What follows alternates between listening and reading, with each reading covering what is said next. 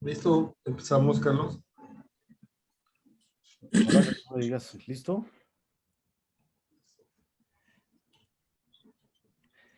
Muy buenas tardes, tengan todas y todos ustedes bienvenidos a esta nueva edición del Foro sobre Derecho a la Protección de la Salud, en una reunión que tenemos cada 2 semanas. Esta es nuestra tercera sesión con ustedes y les agradecemos mucho que nos acompañen nuevamente. Hoy tenemos un programa muy interesante, uno de los temas muy polémicos, controvertidos en materia de bioética, y tenemos un invitado de lujo, al doctor Carlos Elián Preño Rodríguez. ¿Quién es nuestro invitado el día de hoy? Alfonso, bienvenido y muchas gracias por acompañarnos también. Gracias, estimado Carlos. Como bien dices, es una serie que estamos llevando a cabo. Este es nuestro tercer programa. Hemos tenido dos ponentes nacionales destacados y ahora vamos a ir hasta el Cono Sur con un colega y amigo abogado, pero que le gusta más la filosofía, una persona destacada. Bueno, la filosofía no es un pretexto, sino al contrario, es una oportunidad para reflexionar. Y nuestro invitado, Carlos Elián Preño, es abogado y doctor en el área de filosofía del derecho de la Facultad de Derecho de la Universidad de Buenos Aires. Ha realizado la carrera de especialización en teoría y práctica de elaboración de normas jurídicas, la maestría en teoría y práctica de la elaboración de normas jurídicas en la prestigiosa Facultad de Derecho de la UBA. Con su actividad de docente, es profesor adjunto interno del Departamento de Derecho Privado desde el 2008 del curso Derecho de la Salud, correspondiente al ciclo profesional orientado, auxiliar de segunda, con el carácter ad honorem en la asignatura de elementos del derecho civil en la cátedra del profesor Óscar Ameal.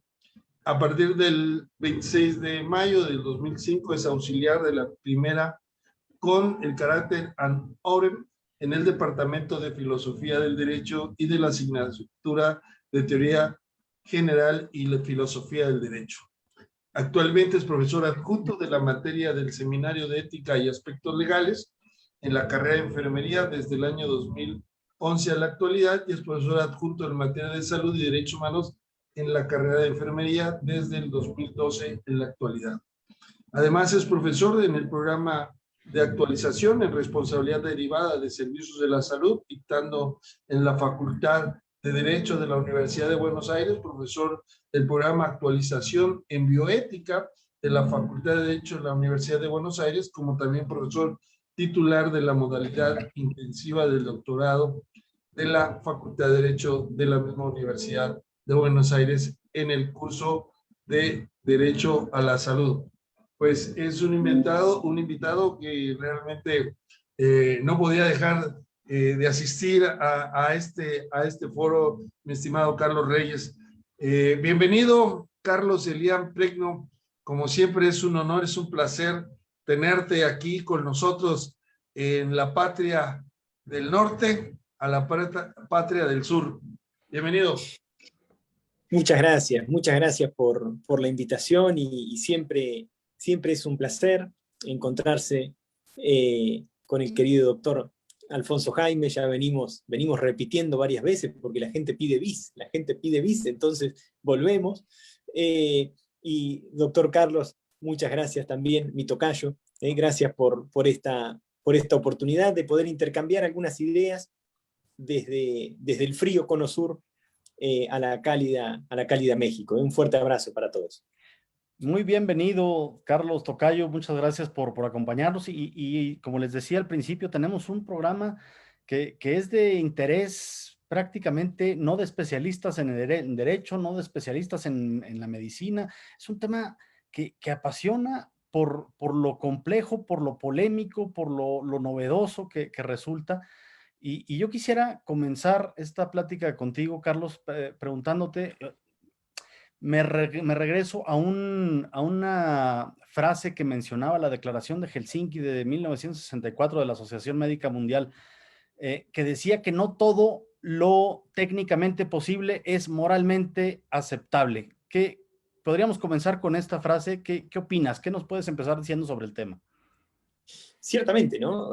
No todo lo que se puede hacer o lo que resulta materialmente posible, técnicamente posible, es moralmente aceptable, ¿no?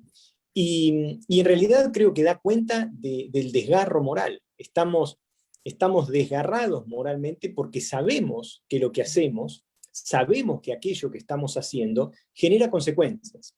Genera consecuencias para terceros y por sobre todas las cosas, porque lo que hacemos no se puede deshacer. A mí me parece que en el fondo la conciencia moral está fuertemente atada a la temporalidad. Sabemos que aquello que hacemos o aquello que dejamos de hacer tiene consecuencias sobre terceros, pero luego no las podemos deshacer.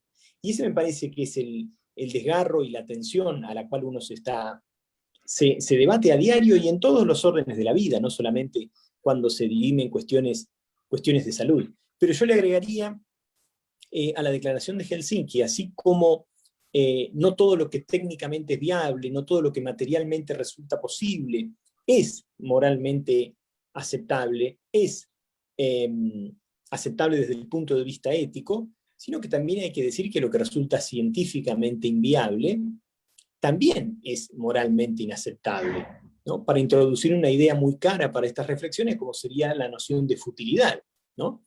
Aquello que es científicamente inviable también debería hacernos pensar en que nos repugnaría desde el punto de vista moral. Creo que son las dos cosas, ¿no? Creo que vamos a las paralelas. Ni todo lo que se puede podemos, moralmente hablando, y cuanto más aquello que no tiene sentido hacer, y por eso insisto y redoblo la apuesta para poner sobre la mesa la futilidad del tratamiento, también aquello que resulta científicamente inviable debería resultarnos éticamente inaceptable, ¿no? Sí. Tu micrófono, Alfonso. Sí, gracias. Muy interesante reflexión para iniciar temas tan delicados, como bien lo dijo Carlos Reyes. Podríamos hablar de, ¿es posible la eutanasia? ¿Qué tanto éticamente es viable, independientemente de lo jurídico? Porque sabemos que pocos países permiten la eutanasia. De hecho, España recientemente lo ha hecho. ¿Qué perspectiva nos podrías plantear al respecto de este gran tema, mi querido Carlos Eliade? A mí me resulta, por un lado, es uno de los temas vedettes, ¿no? Es uno de los temas más llamativos, de los temas de los que siempre están en danza en la bioética, en el bioderecho, y sobre los que nunca nos podemos poner de acuerdo. Eso también hay que decirlo con la misma fuerza, ¿no? El año pasado reflexionábamos con el doctor Alfonso sobre el aborto y decíamos, es un tema siempre vigente, y si uno quiere congelar y frizar las relaciones en un auditorio, basta que digan, bueno, para romper el clima hablemos del aborto, para romper el hielo comencemos hablando del aborto. Ahí ya nos enojamos, nadie habla con nadie, los que están a favor se abrazan con los que están a favor, los que están en contra se hablan con los que están en contra. La eutanasia tiene esta misma capacidad, ¿no? Tiene la capacidad de congelar para siempre, ¿no? Y uno queda ya con el mote, este es un abortista, o este es el doctor muerte, ¿no? Esos epítetos que uno no se los saca nunca más de encima, nunca más te sacás de encima esto. Pero al mismo tiempo, porque el único requisito para morirse es estar vivo, decimos que estamos todo el tiempo, estamos pivoteando entre la vida y la muerte, ¿no? Temas tan viejos como la existencia misma. Desde que el hombre adquiere conciencia de sí y conciencia de su propia finitud, la muerte se transforma en un objeto de reflexión. Y la pregunta sería, para recoger el guante de esto que plantea el doctor Alfonso, y redoblar, como siempre, para subir la apuesta, la pregunta es, ¿desde cuándo la vida se ha transformado en un objeto decisional posible? Hemos pasado de la obligación ética y legal de estar vivo, y guarda con quitarse la vida, ¿no? Donde aparece el carácter sacramental, la idea de la vida como un don, la vida como un regalo. Es decir, usted no tiene la disposición, los profesores de derecho privado diríamos que uno tiene apenas la administración de la vida, pero no tiene disposición sobre ella, ¿no? Y si uno se descuida, el derecho a la vida está entreverado con la obligación de permanecer vivo y no rehusarse nunca a ella. A mí me parece que asistimos a un momento en el cual la vida y la muerte, porque son las dos caras de una misma moneda, ¿no? Uno vive y se está muriendo al mismo tiempo. Lo cierto es que se ha transformado en un objeto decisional posible. Y a mí me parece que entra a tallar el derecho sobre una temática que, insisto, es cara para la filosofía, cara para la antropología, y a mí siempre me gusta ver qué captación ha hecho de ella el arte en todas sus manifestaciones. En el teatro, en la pintura, en la literatura, ¿no?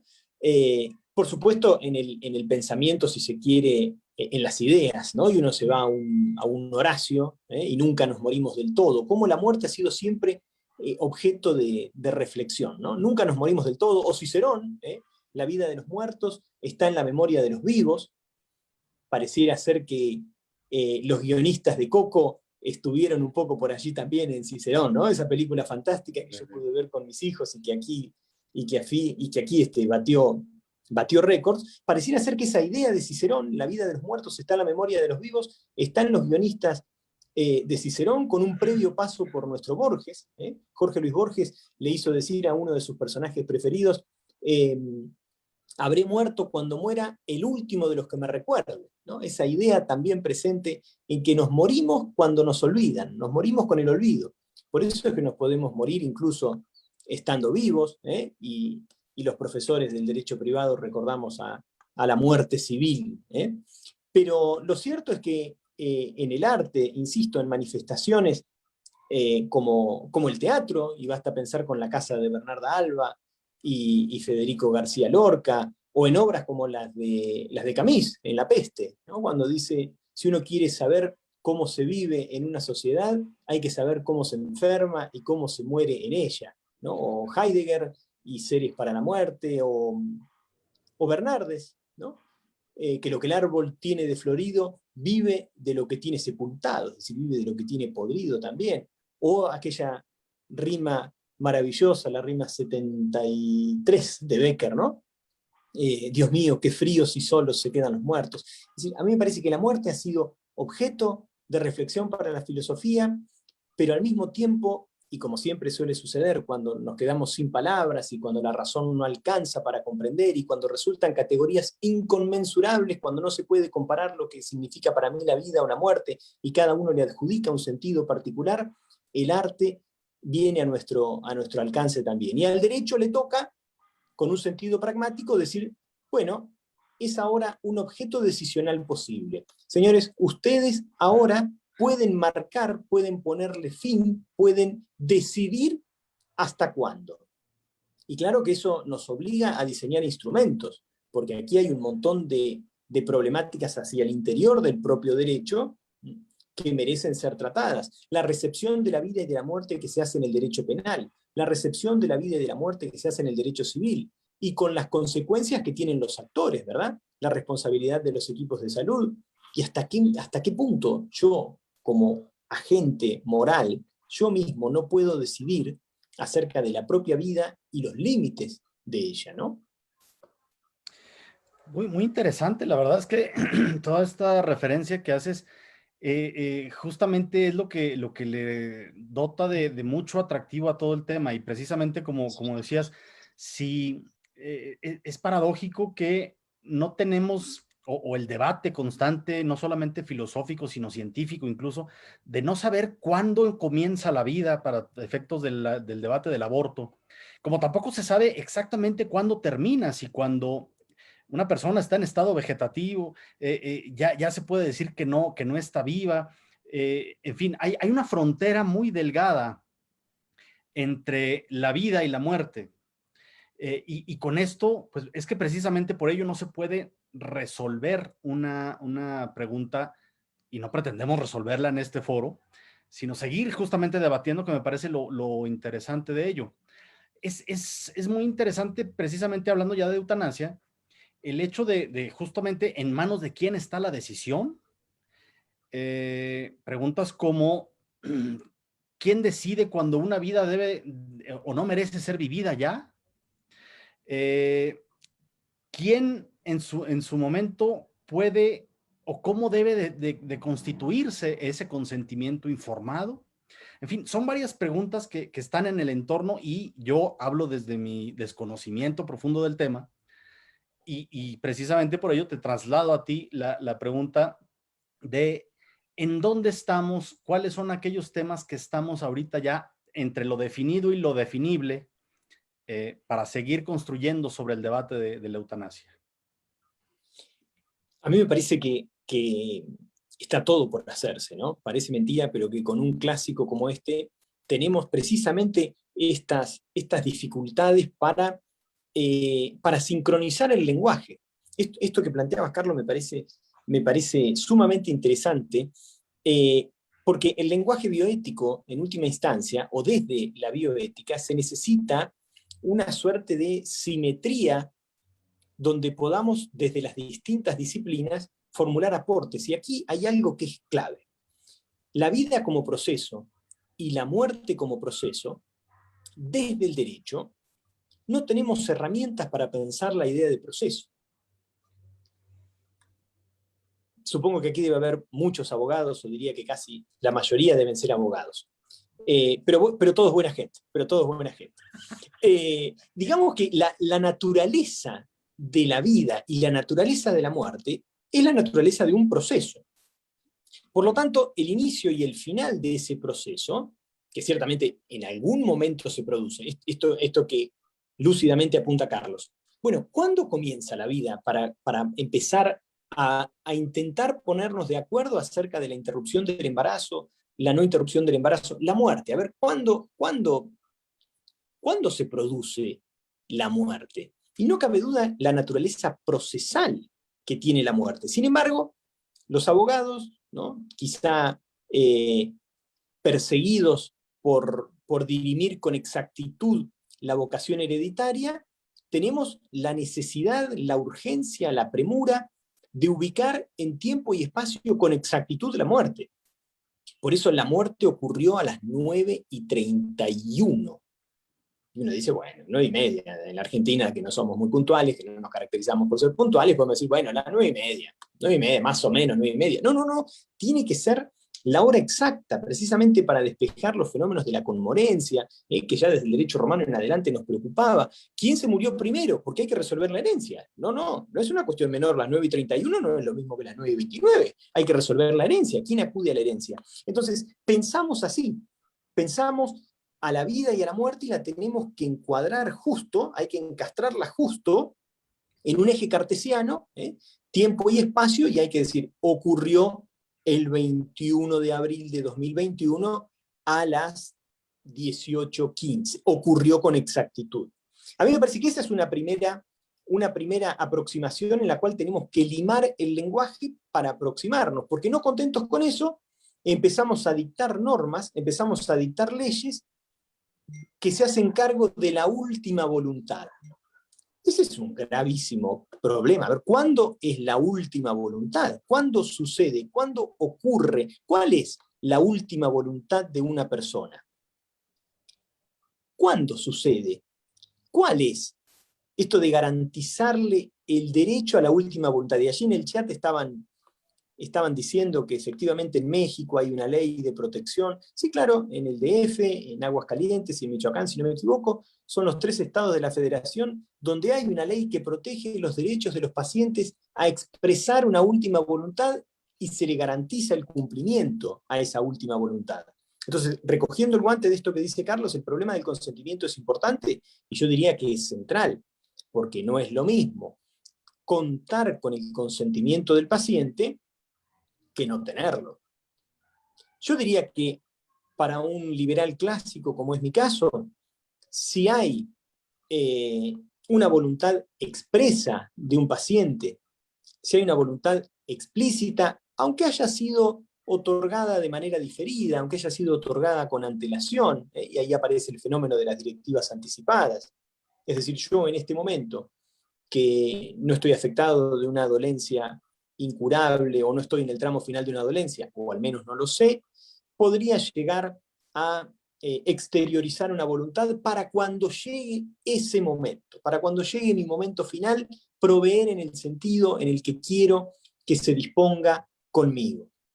A mí me parece que cuando tenemos, y aquí ya empezamos a jugar fuerte, cuando hay voluntad de una persona, así haya sido de manera anticipada, yo creo que habiendo voluntad sobre la propia vida, ¿quién mejor que uno sobre la propia vida? Yo, en principio, le doy un visto bueno. ¿Por qué digo en principio? Porque muchas veces los seres humanos también somos complicados, ¿no? A veces decimos algo que no es exactamente lo que queremos, a veces queremos decir algo, pero es porque estamos esperando que, a veces nos dejamos morir un poco, pero porque queremos en el fondo que alguien nos venga a buscar. Entonces no estamos tan seguros de que sea la última voluntad. El paciente que rechaza un tratamiento, bueno, ¿está rechazando un tratamiento o está queriendo llamar la atención de sus hijos porque no lo van a visitar nunca? ¿Está queriendo llamar la atención de su entorno para que alguien le dé? El tipo no quiere renunciar al tratamiento. En realidad lo que quiere es que alguien le haga un mimo, que alguien le haga un poco de cariño, le haga un poco de compañía, le haga un poco de presencia. Entonces, cada vez que pensamos en la voluntad y en la exteriorización de la voluntad, cuando se juega una decisión final de estas características, a mí me parece que cuando hay certeza de esa voluntad, es decir, cuando alguien en pleno uso de sus funciones otorga una voluntad y dice, señores, conmigo quiero que suceda esto, yo creo que el lugar ideal para plantearlo es la intimidad del hogar. No sé si es una notaría, no sé si es un tribunal, no sé si es el escritorio de un abogado. Es la mesa familiar. Porque los garantes últimos, en última instancia, de qué es lo que van a hacer con nosotros cuando se nos lleve hacia la morada final, son ellos los que van a decidir. Y aquí sí, claro que hay que tratar en lo posible de que eso se cumpla. No obstante, y estoy poniendo muchos peros, ¿no? Muchas excepciones, pero ¿en qué medida una decisión aparentemente liberal como la que yo estoy adoptando no me transformo en un idiota útil que se deshace de los que ya no producen ni consumen en nuestras sociedades? Porque eso también es un tema que hay que ponerlo a relucir, que hay que decirlo con claridad. Convengamos que alguien que está en el tramo final de su dolencia es alguien que ya no produce, que va a consumir mucha tecnología médica, va a consumir mucha medicina y vamos a ver quién la va a pagar, ¿no? Entonces, a veces que la eutanasia no sea una vía fácil para deshacernos de aquellos que ya no producen y van a gastar mucho. Con todas esas salvedades, con todas esas atenciones, con todas esas alarmas, yo diría, si hay voluntad, la voluntad se privilegia siempre. Siempre. Que creo que es una de las herramientas para clasificar también a la eutanasia.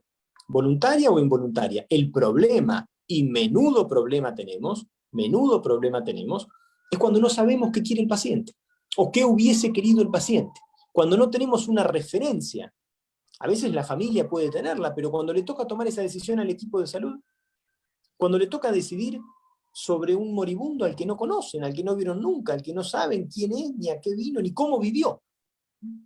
Entonces, a mí me parece que el primer elemento para clasificar es si hay voluntad o si no hay voluntad. Y luego aparece otro elemento, y que es el que nos obliga a mirar desde la óptica del tercero al que le toca intervenir y que tiene posición de garante, y que le toca cuidar, a los integrantes del equipo de salud, y que nos habilita ya esa clasificación en eutanasia activa o pasiva. ¿Hacemos o no hacemos? Y en su caso, ¿qué hacemos?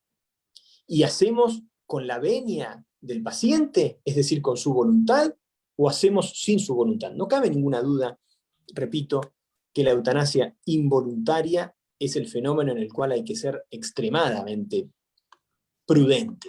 Pero luego se habilita esta clasificación también, ¿hacer o no hacer? Y luego también se habilitaría una más, y además habría que hacer un cuadrito para ver todas las clasificaciones posibles, ¿no? Voluntaria activa o voluntaria pasiva, involuntaria activa o involuntaria pasiva, pero si es directa o si es indirecta. Es decir, si la muerte es el resultado inmediato, es el resultado directo de ese hacer, o es el resultado indirecto de ese hacer, o de ese no hacer. Entonces, a mí me parece que en esa clasificación y que uno puede sistematizar e ir encuadrando los distintos supuestos, nos van a permitir también reconciliarnos con el término eutanasia.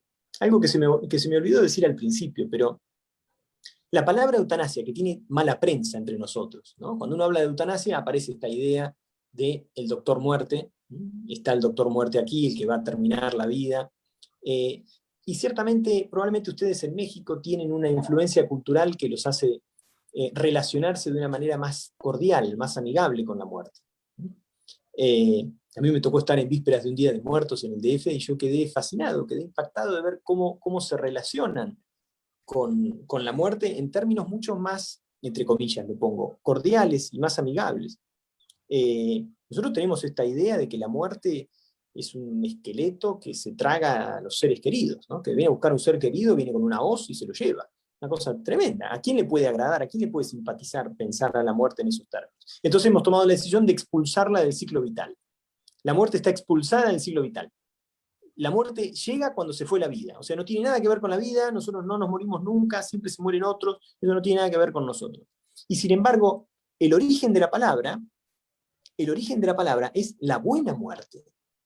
Es decir, la carga emotiva negativa que le hemos puesto no se condice con el origen de la expresión, ¿no? Que remite a esa idea de buena muerte. Pero a mi modo de ver, Carlos, y sintetizando con eso, sin duda, el consentimiento o la voluntad que en última instancia logre exteriorizar el paciente es fundamental y creo que divide aguas con mucha claridad.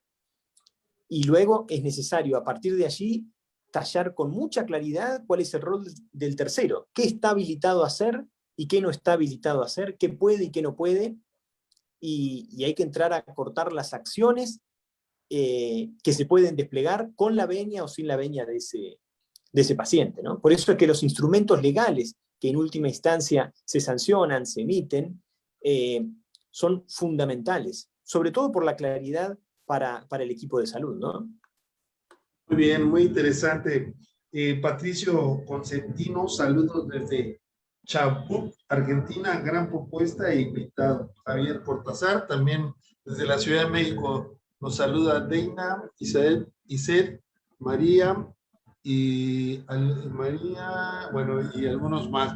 Los invitamos a que nos digan de dónde nos ven, a que nos hagan también llegar sus preguntas, sus comentarios. Es un tema muy interesante. Yo quisiera también pedirle a Carlos Eliam algunas precisiones que creo que no sé si compartas que son importantes, ¿no? Una cosa es la eutanasia y otra es la voluntad anticipada, ¿no? Estamos ante dos situaciones diferentes. En el caso de la voluntad anticipada, puede ser que la persona como se encuentre bien, se encuentre de salud adecuada y pueda en determinado momento ir ante un notario en México. En México ya hay casi 14 ya entidades federativas que establecen esta posibilidad de ir ante un notario público y decir que si en determinado momento se encuentran en una enfermedad terminal, que hay un tema ahí de enfermedad terminal, porque la ley de la Ciudad de México establece que la persona puede fallecer desde el momento en que tiene la enfermedad terminal en un periodo no mayor de 6 meses, que es algo así como también cómo calcular el tiempo que le queda a la persona, ¿verdad? Se entiende que en la voluntad anticipada se nombra un representante, porque como bien dijiste, no pudiera la persona estar consciente de la situación en la que se encuentra, y también es posible, una vez que la persona está internada, si es que está consciente, hacerlo en algún formato que ya el sistema de salud tiene implantado en México, es decir, es la voluntad anticipada. Pero la línea delgada podríamos decir, que esta persona solamente se mantiene viva por el avance médico, por algunos aparatos técnicos que le permiten la vida, de tal suerte que si le quitaran esos aparatos médicos, él solito o solo la persona por sí mismo iba a morir. Entonces, lo que se pide es que se desconecte. Pero en el caso de la eutanasia, podríamos decir que es provocarle la muerte. Es decir, no solamente quitarle los aparatos que lo mantienen vivo, sino quizás por el dolor al que se enfrenta, la situación, a un punto muy interesante que la verdad es triste mencionarlo, pero la cuestión económica, como bien señalaste, puede ser que la persona esté dejándole a sus seres queridos una gran carga económica porque lo que ha recibido en atención médica va a causar una deuda familiar y quizás la persona no tiene una calidad de vida para disfrutar esa recuperación y sea algo que a la larga pues lesione a todo un grupo familiar. En ese sentido creo que sí es importante, si lo consideras, Carlos, Elian, hacer una distinción sobre la eutanasia y la voluntad anticipada. Gracias, Carlos. Ciertamente, sí, sí, y tomando este ejemplo bien lúcido que trae el doctor Alfonso, ¿qué pasa cuando la atención de un paciente, ¿no? Cuando la atención de un familiar que se extiende por meses y meses en una terapia intensiva, ¿sí? Convengamos que un día en una terapia intensiva, en una institución de tecnología de punta, en una institución de tecnología de vanguardia, en el DF, en Buenos Aires, en San Pablo, en Bogotá, en Santiago, en donde quieran que estén mirándonos, ciertamente es más cara que en el mejor de los hoteles de las bonitas playas mexicanas. No cabe ninguna duda que pasarse un día en la terapia intensiva conectado al equipamiento y la tecnología médica de punta es más caro que pasarse un día en un hotel 5 estrellas del bonito Caribe mexicano. Entonces ahí es donde yo diría, no solamente que estamos cargando con estas deudas a la familia, sino veámoslo con el siguiente ejemplo, y esto para los amigos del derecho de las sucesiones que nos estén mirando, por ejemplo, ¿no? Si aquí hay algún colega de las sucesiones que esté mirando y diga, con un argumento piadoso, como podría ser, no quiero infringirle de ninguna manera dolor, sufrimiento, padecimientos a mi ser querido. ¿Mm? Si allí tenemos algún amigo de Argentina que está mirando y decimos, de ninguna manera quiero que mi abuelo sufra, de ninguna manera quiero que mi abuelo padezca, de ninguna manera quiero que mi abuelo vea comprometida su dignidad en el final de su vida, en el tramo final de esta dolencia que lo ha despersonalizado. Basta, no quiero que el abuelo sufra, pero resulta que el abuelo es un terrateniente que tiene 5.000 hectáreas en la zona núcleo de la Argentina, ¿no? Allí, o pongamos por Tandil, que es una zona muy bonita, una zona muy próspera, muy rica, con buenas tierras, y de repente resulta que quien termina tomando una decisión irreversible sobre la vida del ascendiente es quien luego lo hereda. De manera que cuando hablamos de los instrumentos legales o de los instrumentos normativos que deben dictarse para regular, porque aquí una pregunta interesante es si estamos ante un supuesto de libertad reglada, y por eso decíamos si la vida se ha transformado en un objeto decisional posible, si es un ejercicio de la libertad con reglas, o si en realidad estamos ante la prohibición absoluta de decidir sobre la vida con alguna concesión. A mí me parece que deberíamos recuperar, deberíamos devolver la decisión sobre la propia vida a la autonomía personal, al consentimiento, a la voluntad individual, y en todo caso establecer alguna regla, establecer alguna reglamentación como esta que estamos diciendo. Deberíamos pensar que quien toma la decisión final, que es indudablemente la familia, es quien hereda después. Hay un conflicto de intereses enorme Hay un conflicto de intereses gigantesco, pero lo cierto es que ¿quién está en condiciones sino de tomar una decisión si no es la propia familia cuando la persona no ha dicho nada? Y a esto hay que agregar que culturalmente, sociológicamente, no tenemos el hábito de testar, al menos aquí en la Argentina no somos de testar. Y tomando lo que decía recién el doctor Alfonso, efectivamente, tenemos legislación, la tenemos, decíamos, en México, existe en Uruguay, existe en Chile, y existe en la Argentina esto de otorgar directivas anticipadas. El otorgamiento de una directiva anticipada, exteriorizar una voluntad sin estar incurso en la situación que la contenga, ¿no? Es decir, yo me anticipo, es un caso de consentimiento diferido. Por eso cuando Carlos decía el tema del consentimiento, sí, claro, es un caso de consentimiento diferido. Yo estoy decidiendo hoy hacia adelante. Y en la Argentina tenemos la Ley de Derechos del Paciente, donde efectivamente se dijo, y si me permiten, lo voy a buscar porque creo que da cuenta, se modificó con la 26061, se modificó la Ley de Derechos del Paciente, y se dijo que los pacientes tienen derecho a aceptar o a rechazar terapias, determinadas terapias. Y fíjense que dijo algo sumamente curioso. Le agregó, a mi manera de ver, con una pésima técnica legislativa, no era necesario hacer esto, pero le agregó una última expresión a ese artículo 11 de la Ley de Derechos del Paciente, que recoge la oportunidad de otorgar directivas anticipadas, diciendo: las directivas, estas directivas de las que estamos hablando, deberán ser aceptadas por el médico a cargo. Deberán ser aceptadas. Claro, el problema es que, insisto, es un agregado completamente innecesario, pero ese agregado habilita dos interpretaciones perfectamente viables, ambas, pero absolutamente contradictorias entre sí. Y me explico.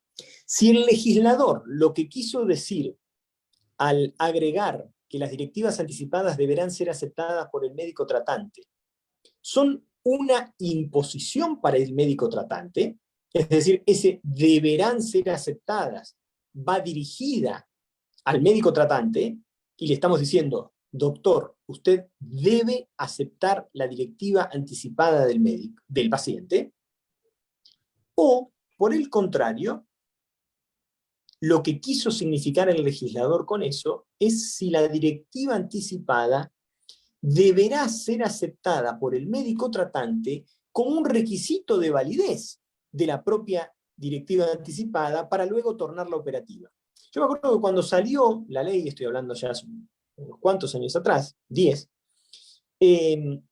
a mí fue lo primero que me llamó la atención. Yo dije, bueno, ¿y con qué sentido un paciente dicta una directiva anticipada si no es para que sea acatada, muy entre comillas, que no se me enojen los médicos con esto, sino es que sea efectivamente observada, es decir, custodiada por el médico? Si el paciente dio una directiva anticipada, el médico está obligado a cumplirla. Pues bien, esta interpretación que yo digo que se abría al introducir una categoría deóntica de manera completamente innecesaria, que era el debe ser aceptada por el médico, no faltó quien dijo: no, un momentito. Lo que estamos queriendo decir con esto es que para que surta efecto, es decir, para que se vuelva operativa esta directiva anticipada otorgada en el pasado, necesita que el médico también la acepte. Y esto llegó a la Corte Suprema de Justicia de la Nación, finalmente con un caso de un testigo de Jehová que había rechazado una transfusión sanguínea con antelación, y cuando llegó el momento de necesitar una transfusión, su esposa opuso la directiva anticipada para decir no lo transfundan, él lo hizo con antelación. El procurador ante la Corte dijo: bueno, es que una interpretación posible es que el que debe aceptar también es el equipo de salud. Y allí se armó una discusión, como nos gusta hacer a los abogados, porque después la cuestión se terminó transformando abstracta y el paciente ya no necesitó después la transfusión. Pero lo cierto es que cada vez que nos metemos a regular la libertad, repito, yo me declaro, digamos, siempre a favor de la voluntad de la persona, siempre a favor de la voluntad de la persona, con la salvedad que hice, ¿no? Cuando estemos seguros que lo que nos está diciendo es, basta, hasta acá llegué, no quiero más, suficiente para mí. Cuando estamos seguros de eso, nadie puede escribir arriba, nadie tiene mejor perspectiva sobre la propia vida que la gente para decidir qué quiere hacer con ella y cómo quiere terminarla. De manera que este instrumento o este mecanismo, este dispositivo para facilitar la exteriorización de una voluntad de manera anticipada, me parece que es un muy buen instrumento, es un muy buen mecanismo. Solo que, repito, culturalmente no estamos habituados a pensarnos moribundos, ¿no? Somos más bien reacios a aceptar que algún día ese momento va a llegar. Pero hablaría muy bien de nosotros que nos incorporemos como, a la vida como seres murientes, al menos con conciencia de que somos seres murientes, ¿no?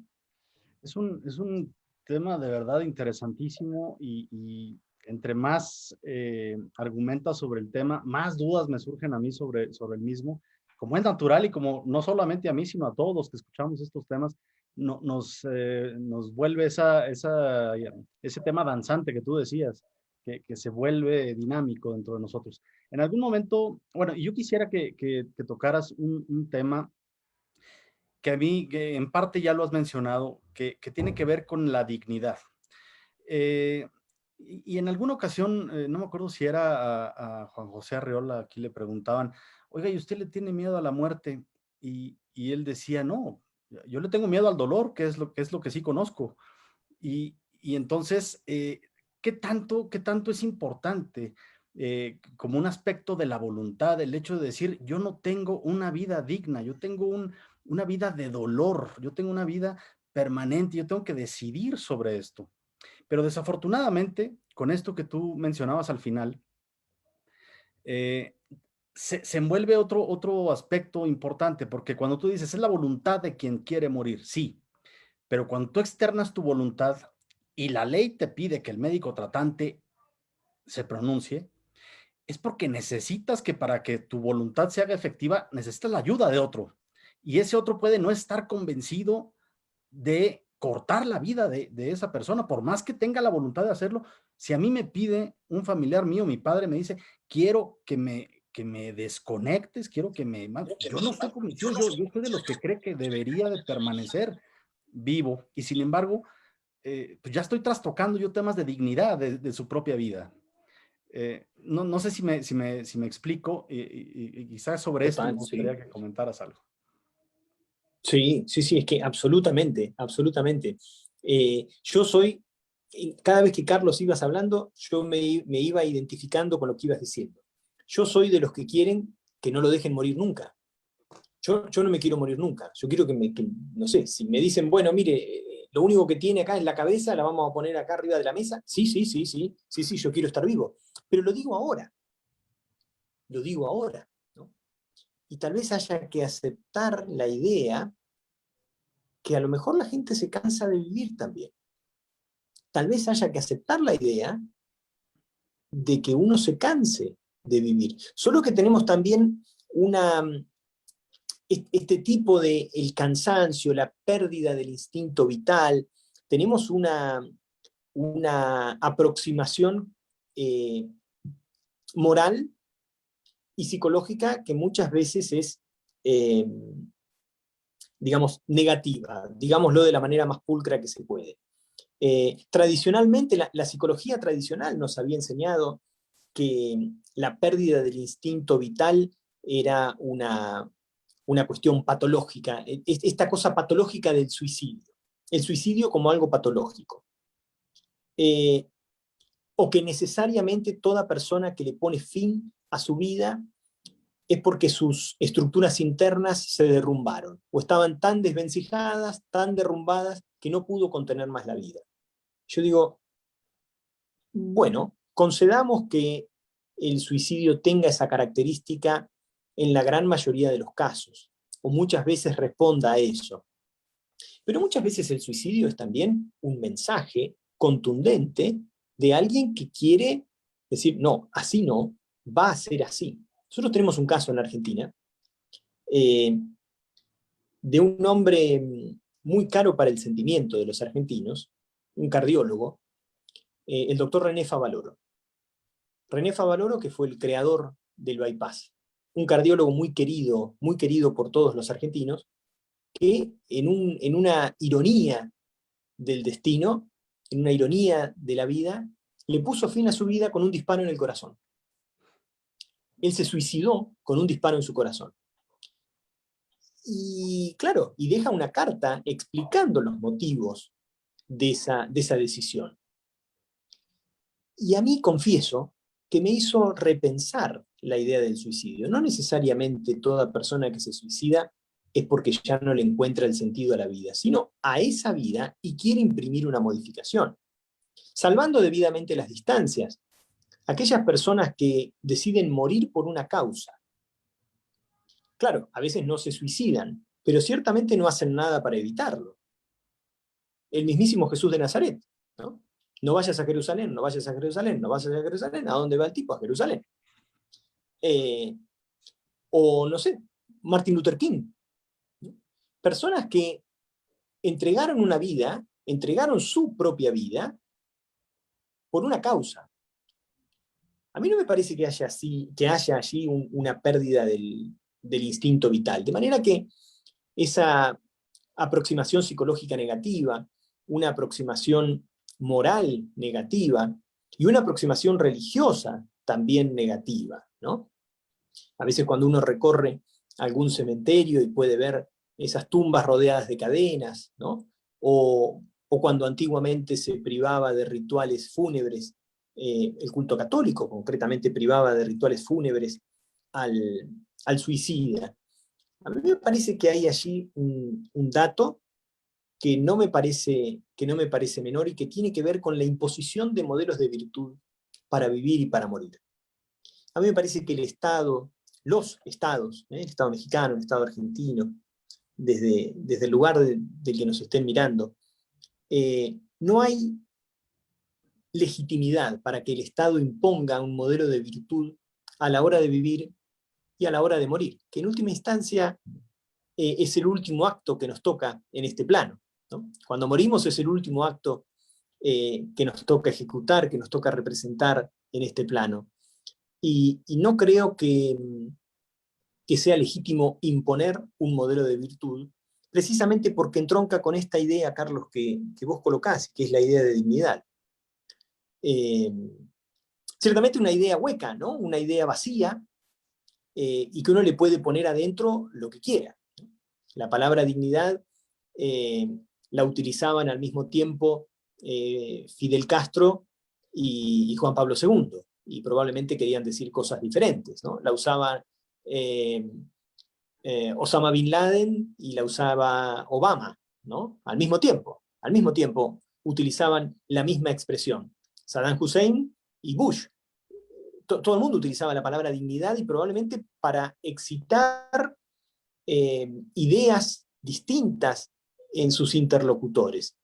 De lo que no me cabe a mí ninguna duda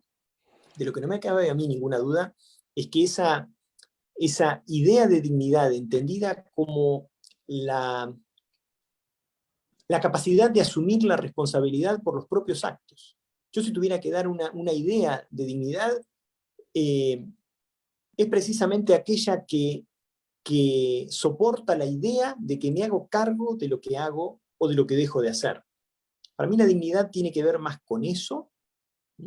Esta decisión la he tomado yo, asumo un compromiso ante la historia y me hago responsable de eso. Para mí la dignidad tiene que ver con eso.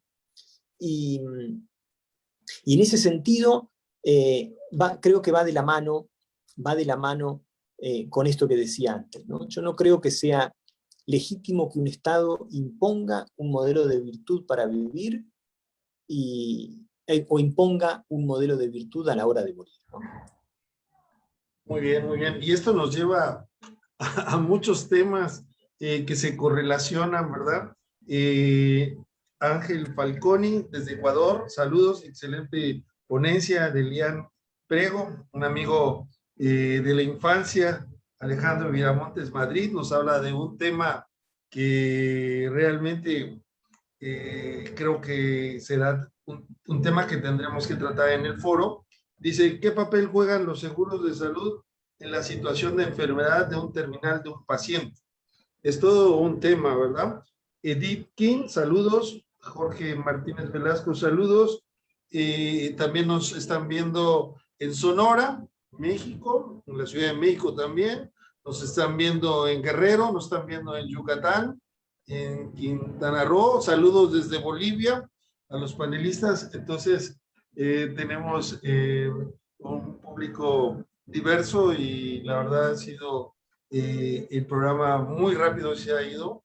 De Colombia nos saludan también Reinaldo Plata, un saludo Reinaldo, y de Oaxaca, México, Itzel Chávez Peña.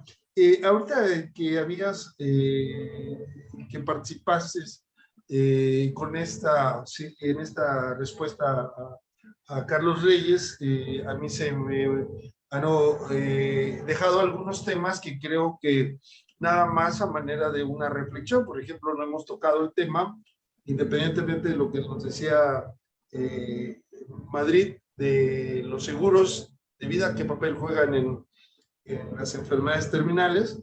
Tenemos otro tema que también es muy importante, la objeción de conciencia, ¿no?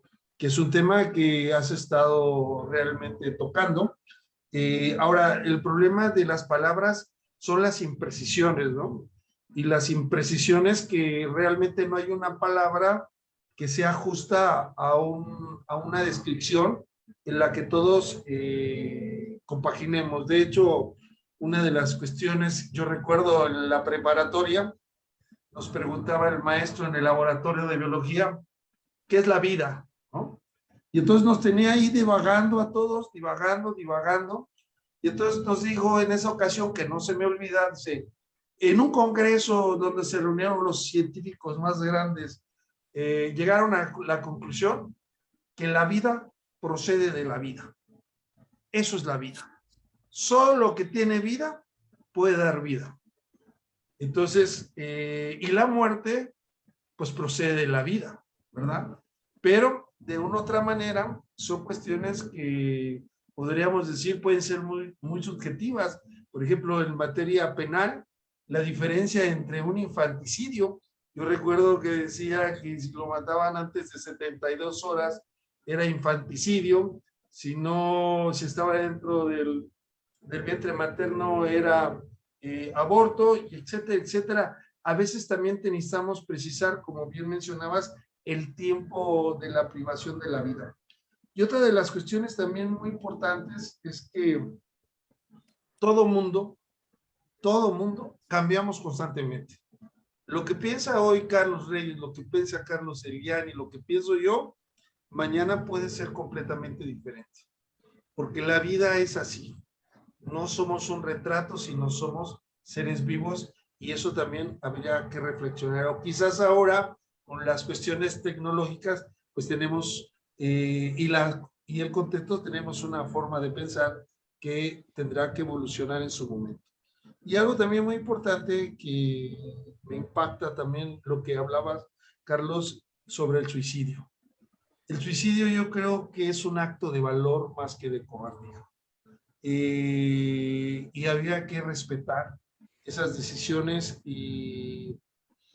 yo me sumo a la idea de la libertad, ¿verdad? El Estado no puede meterse a nuestra recámara, no puede meterse a lugares íntimos y en eso creo que habría que cambiar el concepto de soberanía, no sé si estén de acuerdo, como dice Luis Ferraioli, la soberanía está fraccionada en cada uno de nosotros, que representa la autodeterminación individual y no colectiva. Y finalmente, podríamos decir que la dignidad, para tratar de aportar también algo en esta complicada definición de las palabras, yo la veo como sinónimo de respeto. Hay dignidad cuando se respeta.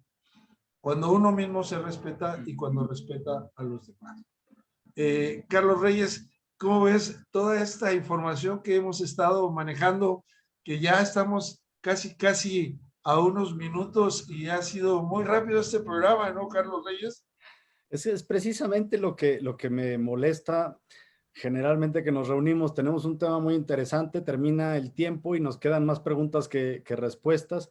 Yo no quisiera agotar este tiempo haciendo una reflexión personal, ni mucho menos, más bien yo quisiera dar este espacio a mi tocayo para que nos diga en dónde estamos, hacia dónde se dirige el debate acerca de la eutanasia. ¿Qué nos podrías decir como una forma de conclusión que necesariamente va a ser preliminar, sin duda, ¿no?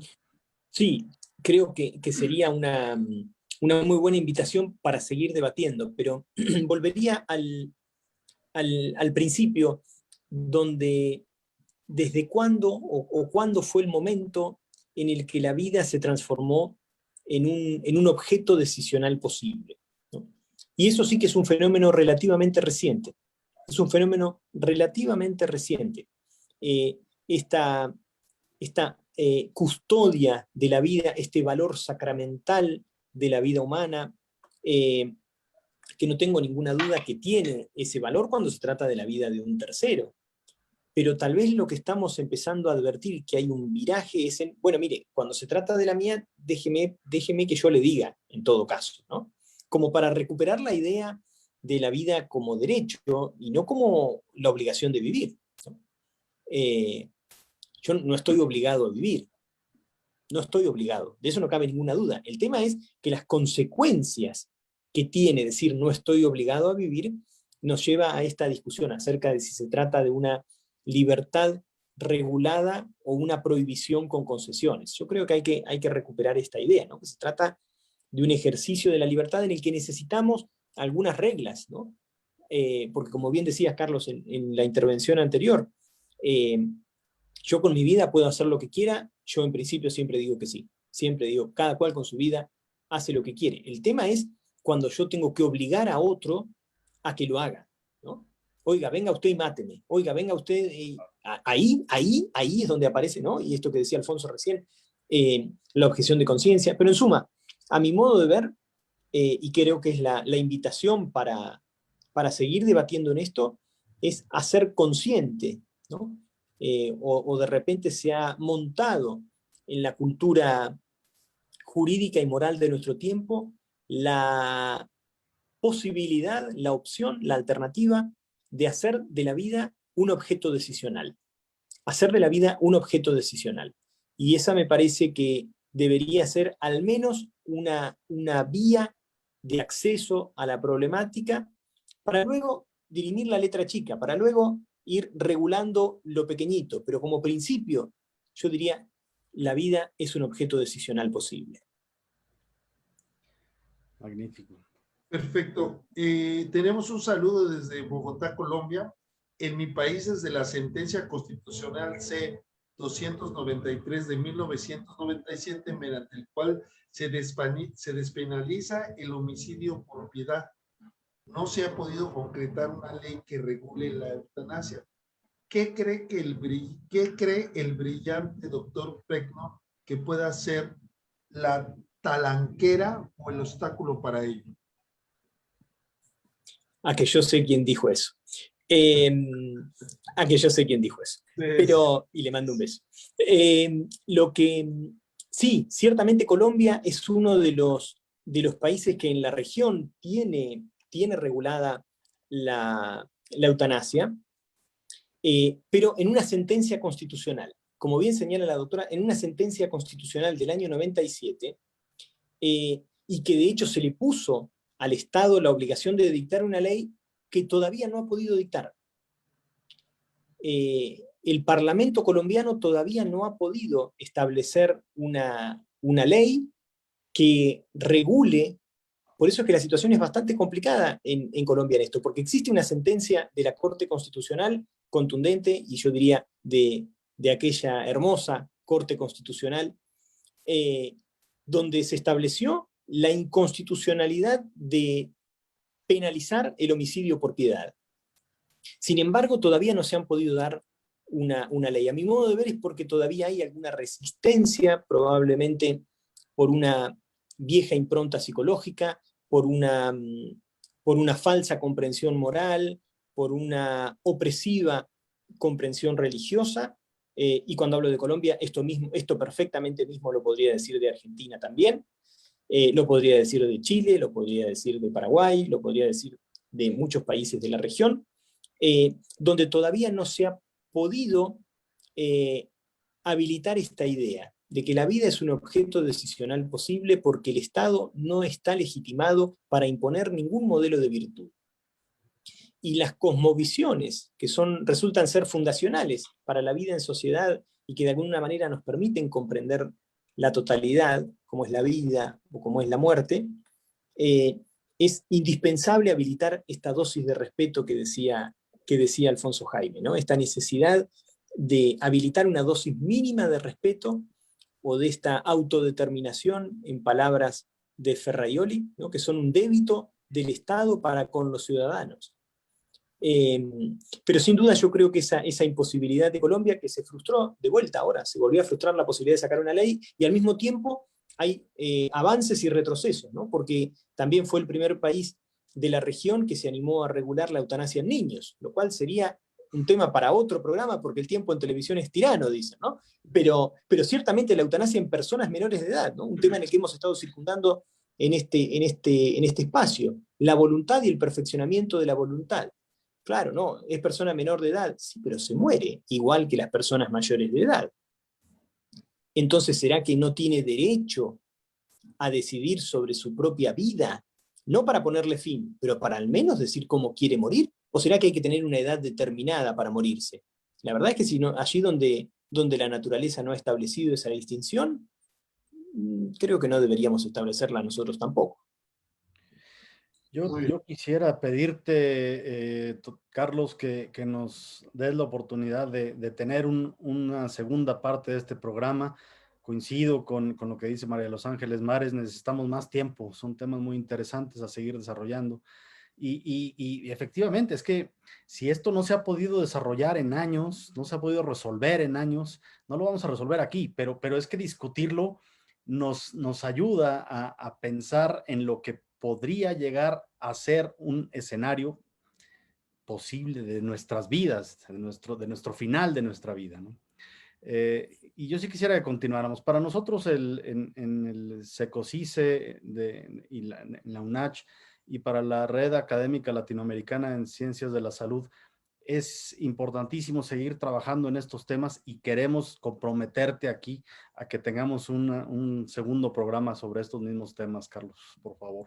Pero con todo gusto, claro que sí, claro que sí. Sobre todo la necesidad de armonizarlos, ¿no? Y de buscar respuestas integradas, porque cada vez que un país avanza y otro retrocede, que se da también esta suerte con una problemática para el tercer programa, Carlos, el turismo sanitario, ¿no? El turismo sanitario. Porque ¿qué pasa si Colombia lo permite y el resto de los países no? Y bueno, vamos a tener una migración interna cuyo móvil va a ser, una migración transfronteriza que tiene como móvil, bueno, vamos allá que allá se puede.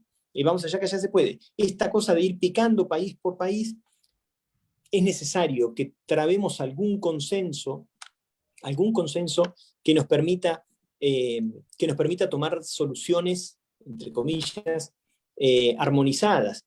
Y creo que en esas soluciones armonizadas, sin lugar a dudas, Alfonso Jaime ha dado en la tecla, y es con el respeto a las cosmovisiones, el respeto a la propia visión de la vida, y la imposibilidad de imponer un modelo de virtud. Bien, pues muy amable, la verdad ha sido, doctor Alfonso Jaime, ha traído a colación un tema del área de derecho de seguros. Al respecto, si acudimos a la analogía de eutanasia, suicidio, partiendo de ambas acciones, son encaminadas a terminar voluntariamente la propia vida. ¿Sería posible hablar de la eutanasia en un hecho asegurable? Bueno, yo creo que ese tema lo vamos a tocar. Pedimos un poco de tranquilidad, porque sí necesitamos, es un tema tan extenso. La verdad que el derecho a la salud creo que es el derecho que más se interrelaciona con demasiados derechos. Entonces, tenemos que invitar a especialistas, así como Carlos Elian Pregno hoy nos hace el honor de estar con nosotros, y creo que lo apuntaremos, Carlos Reyes, en la agenda para que podamos tocar ese tema, invitar a algunos compañeros del área del derecho mercantil para que nos hablen cómo se aplicarían estos, ¿no? Les agradezco mucho, siempre que nos compartan su erudición, muy amable invitación, un abrazo desde Sonora. Bueno, con esto estamos llegando al final de este programa. Es el tercer programa de la serie que hemos empezado con Carlos Reyes y su servidor a través de la red académica latinoamericana de las ciencias de la salud, del Colegio de Abogados Procesalistas Latinoamericanos, desde luego con el auspicio académico de la Universidad Autónoma de Chiapas, del SECOCICE. Pues en determinado momento agradecemos. Carlos Reyes, muchas gracias. Despido porque tú abriste, pero es igual en este sentido. En México somos muy religiosos y de creencias muy fuertes en lo divino. ¿Cómo podemos sensibilizar a las personas con este tema de la eutanasia? Bueno, sí somos muy religiosos. Primero somos guadalupanos, ¿no? Pero también podemos discutirlos en la otra vida, ¿verdad? Porque por eso, muchas gracias, excelente tema. Héctor, a Carlos Elian Pregno, gracias a los demás moderadores. Bueno, nos tenemos que ir. Carlos Reyes. Muy agradecido contigo, Carlos Elian. De verdad, muy, muy interesante. Me quedo con muchas dudas que tengo que empezar a estudiar. Y agradezco, desde luego, a toda la audiencia que nos acompaña. Sin ustedes este programa pues no serviría realmente más que para una plática de café. Gracias a ustedes que nos ayudan con sus ideas a fortalecer este debate. Mil gracias, Alfonso, nuevamente también, y pues nos veremos en la próxima. Sí, nos veremos en 15 días, así que nos vemos. Un fuerte abrazo hasta Chile, donde te encuentres. Carlos Elian, a pesar de que eres argentino, pero ahora estás en Chile, así que te mando un fuerte abrazo. Te agradezco sinceramente tu brillante participación, y ya te dijo mi querido amigo Carlos Reyes, y te ha emplazado para que nos vuelvas a acompañar, así que ya no tengo que decir más al respecto. Con gusto, con gusto. Muchas gracias a ustedes. La verdad, muchas gracias por poder pensar siempre sobre este clásico, y con la más absoluta ausencia de respuestas, pero con unas ganas de vivir enormes. Así que muchas gracias a ustedes. Hasta pronto. Un abrazo.